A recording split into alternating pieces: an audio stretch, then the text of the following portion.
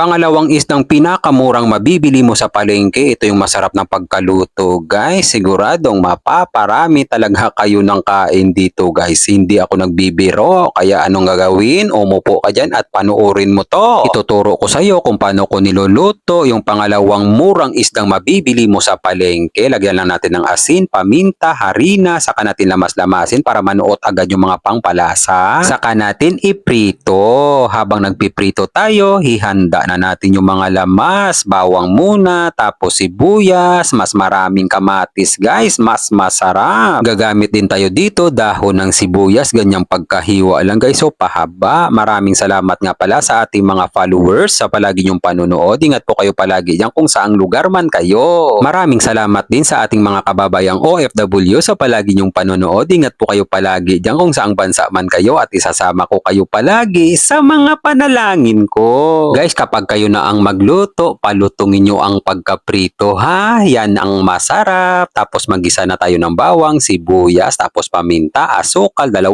kutsarang harina. Gisahin lang natin ng maigi guys hanggang mag-brown yung harina. Tapos toyo, 6 na kutsara. Gisahin lang natin hanggang maglapot. Yung ganyang pagkalapot guys, so pwede na yan. Tapos 1 litrong tubig. Haluin lang natin to guys para mawala yung buong harina. Tapos ilagay na natin yung kamatis. Tapos green na sili, tapos pangpalasa, seasoning granules, tapos pakukuluan natin to sa loob ng 10 minuto, saka natin ilalagay yung malutong na pritong isda, saka okra, saka natin ulit pakukuluan sa loob ng 3 minuto, saka natin tikman guys, kampiyon ang lasa, napakatindi ng sarap, tapos ilagay na natin yung dahon ng sibuyas, bibigyan ko na lang to ng mga ilang minuto, luto na to guys, tingnan nyo naman guys, so talagang matatakam talaga kayo sa plating pa lang yan guys ha. Isa lang ang masasabi ko guys, ito na yung pinakamasarap at pangalawang murang isdang mabibili mo sa palengke na lulutuin mo. At magpapataob sa kalderong mong maitim, kaya magsaing ka ng madami ha. Tumpak yan guys, taob talaga ang kaldero nyo dito. God, maraming salamat po sa biyaya na binibigay mo sa araw-araw. I-bless nyo po yung food na magiging silbing lakas sa katawan namin. Amen. Kain tayo guys, kain Pinas. Ito na guys, kuha muna tayo ng isdang galunggong. Lagyan natin ng masarap na sauce guys. Sauce pa lang yan guys ha. Napakasarap na yan. Nanunuot talaga yung lasa sa mismong isda guys. Isusubo na natin. Nako, kampiyon ang lasa. Sundutan natin agad ng sili para lalo pa tayong gaganahan. Tapos ngat-ngatin natin yung isdang galunggong na naprito. Napakasarap naman talaga guys. Yung atake ng lasa. Maalat-alat, manamis-namis. May kick siya ng kaunting asim guys dahil yan sa kamatis. Pero yung pagkamaalat niya guys ha, nagbabalance lang kapag nilagay mo sa kanin. Yung pagkamaalat niya, yung tipong gaganahan ka talaga sa pagkain. Bibigyan ko na kayo ng pamalakasan guys. Perfect bite pang commercial. Lagyan lang natin ng sauce yung isda sa kakanin. May kamatis sa kasibuyas pala yan guys. Sabay subo. Naku guys, huwag nyo lang mapanood to ng madaling araw guys ha. Dahil mapapakain talaga kayo ng pansit canton. Yung spicy guys ha. Kung mapadaan man sa'yo to, wala ng plano-plano, magluto ka na rin ito.